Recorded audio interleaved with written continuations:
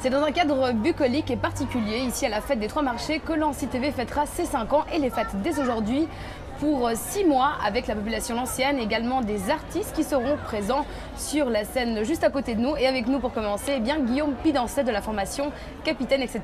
Guillaume Pidancet, bonjour. Bonjour. Alors, bienvenue ici. Merci. Guillaume Pidancet, ce groupe, donc sa formation Capitaine, etc., donne lieu à une réflexion d'ouverture vers des possibles, non seulement géographiques, mais également musicaux, puisque la formation a beaucoup évolué depuis les débuts. Les débuts étaient plus restreints en famille avec ton frère, c'est ça? Exact. C'est vrai qu'on a commencé juste piano-voix, avec mon petit frère au piano. Et ensuite de quoi, ça s'est construit avec le trompettiste, Loïc Icret, qui nous a rejoints. Jérémy Breda qui est venu à la batterie, on a eu un moment Louis Honegger au saxophone, qui va sans doute revenir d'ailleurs, et Delphine Villeman qui nous a rejoint à la fin au violoncelle. Quel a été ce déclic? À quel moment les frères Pidancet se sont dit, eh bien, on va commencer, pour toi en tout cas, à composer au niveau de l'écriture et ton frère au niveau de la musique, et à commencer à se marier ensemble et à créer cet univers qui vous sera toujours très lié, on va dire, à l'aspect maritime? Ça vient vraiment, je crois, de la période collège en fait. Au collège, je jouais dans un groupe de ska reggae, j'avais une volonté de faire de la musique, de faire des concerts. À la fin du collège, le groupe s'est séparé parce que tout le monde n'est pas parti. Et c'est à ce moment-là que je me suis dit, tiens voilà, j'ai envie de raconter des histoires. Et la chanson française, c'est peut-être ce qui se porte le mieux à raconter des histoires. Derrière ça, j'avais mon petit frère à la maison qui faisait du piano. On s'est dit, tiens, si on faisait quelques reprises, on a commencé par chanter Emmenez-moi ou chanter des chansons des Ogg de Barbac. Voilà, de ci, de ça, et finalement, c'est bon, tiens, j'ai un poème, j'ai un texte, lui, il a une composition, si on essaie de les mettre ensemble, ça s'est construit comme ça. L'envie de raconter la mer est venue plus, c'est plus un côté au fond, enfin, c'est vraiment une base en fait, et voilà, envie de raconter le voyage. Et du coup, pour moi, les plus belles histoires se racontent où on parle toujours un peu de la même chose, on parle de la vie, on parle de l'amour, on parle de la mort, et le voyage permet un peu toutes ces allégories-là. Alors justement, il y a eu un chamboulement dans ta vie d'adolescent qui a provoqué cette inspiration de laquelle tu es toujours encore en train de puiser et qui va être renouvelée bientôt. On peut parler d'une sortie en haute mer, c'est ça? C'était avec Mille Sabords, l'association Mille Sabords que Jean-Claude Fleuret de Céligny avait créé. C'est une année scolaire sur un voilier. Je suis parti quand j'avais 13 ans. On a fait un tour dans l'Atlantique grand, avec pas mal d'escales et pas mal de voyages en mer. Et pour moi, le bateau s'est un peu imposé comme la découverte d'une sorte de bohème, mais une bohème flottante si on peut dire.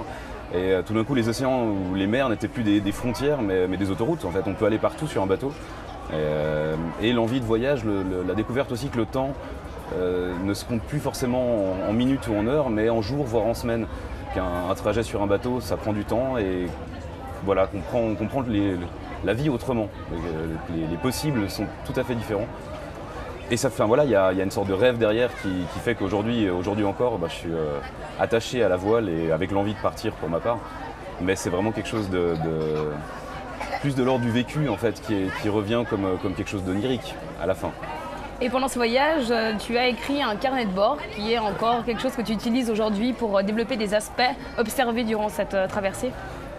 Pour être honnête, non, je l'utilise pas tant que ça. J'ai ce carnet de bord qui doit être quelque part dans un tiroir. C'est plutôt ma première expérience d'écriture. Enfin, c'est la première fois que je me suis posé à écrire tous les jours, même 3 lignes pour dire ce qui se passait. Et derrière ça, je pense que c'est plutôt les souvenirs que j'en ai ou les fantasmes qui viennent se mettre par-dessus qui me poussent à écrire. Ou ce que j'utilise aujourd'hui maintenant pour écrire, c'est d'un côté l'envie de voyage et d'un autre côté des anecdotes de tous les jours. C'est tout d'un coup une rencontre, une phrase qui va me donner envie de parler d'un thème et de raconter une histoire là autour.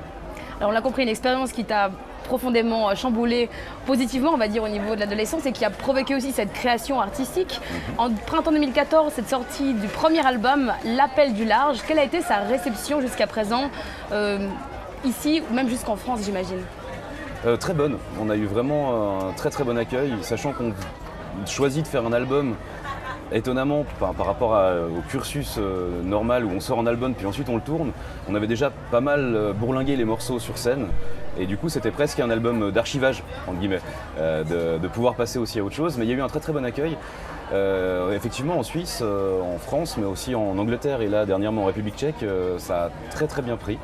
On est arrivé au bout de nos albums, on en avait sorti 500 et il nous en reste plus. Et donc voilà, ce qui est intéressant maintenant, c'est de se dire le prochain, quand est-ce qu'il arrive? Il est en cours de préparation. Alors vous représentez également avec ce projet la chanson française ici en Suisse romande. Donc quelle est la place justement de la chanson française? Quelles sont les activités, les associations ou quel est ce public qui soutient et qui participe à cette promotion aussi de cette langue au niveau musical? Déjà je me permets de nuancer, je me suis fait engueuler une fois par un ami québécois qui me disait mais tu n'es pas français, tu fais de la chanson francophone et non pas de la chanson française. Et je trouvais ça un peu absurde au début, en fait non, très judicieux parce que le français c'est ma langue, c'est mon identité dans un pays qui est multilingue et je pense que au Québec comme en Belgique ou en Suisse, de défendre une langue qui n'est pas forcément la langue majoritaire, c'est aussi une notion identitaire forte dont la chanson francophone me parle.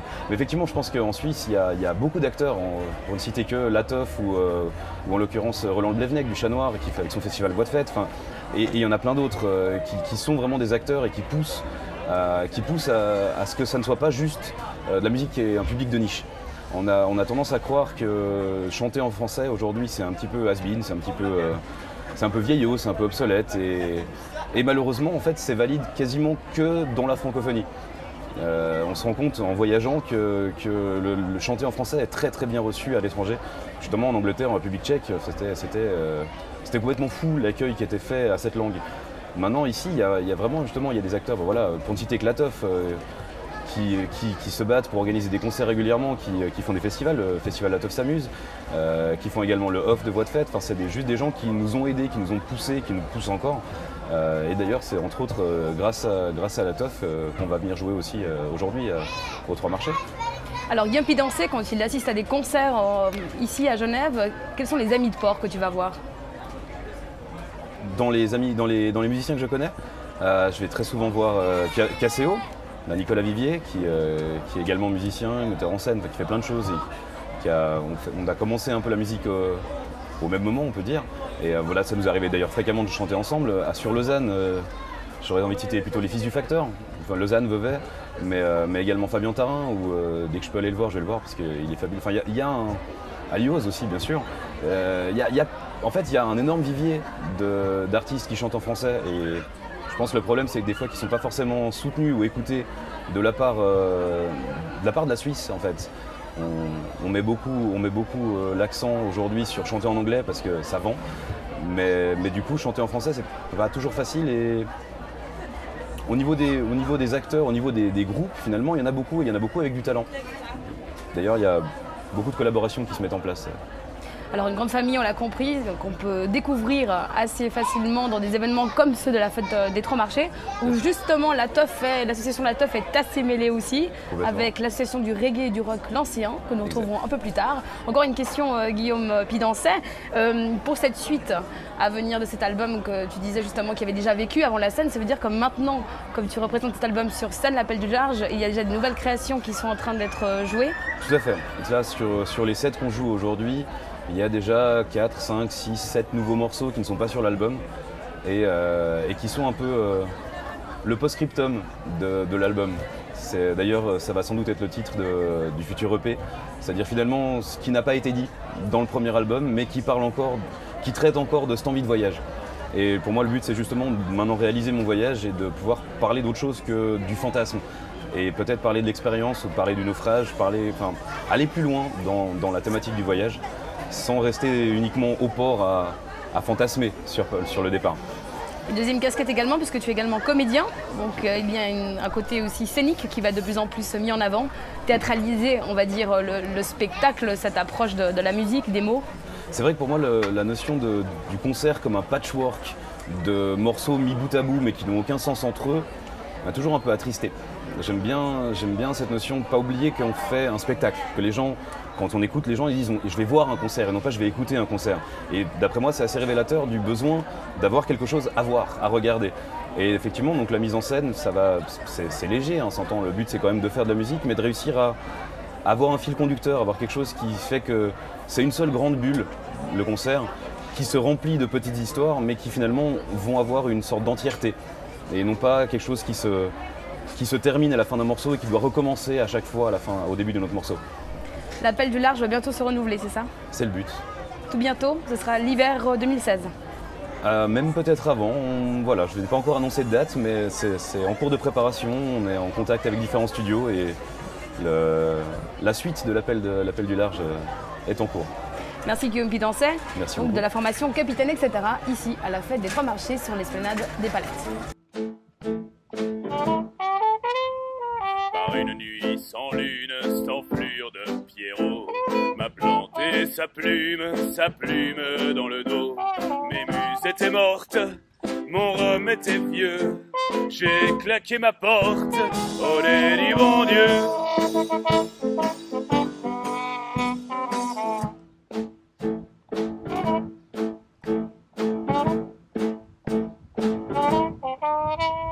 Du fond de ma biture, j'ai mon lié du feu, acoustique de pur, poète de mes deux. J'ai cramé mes lettres, l'amour trop foireux. J'ai claqué ma fenêtre, olé du bon Dieu.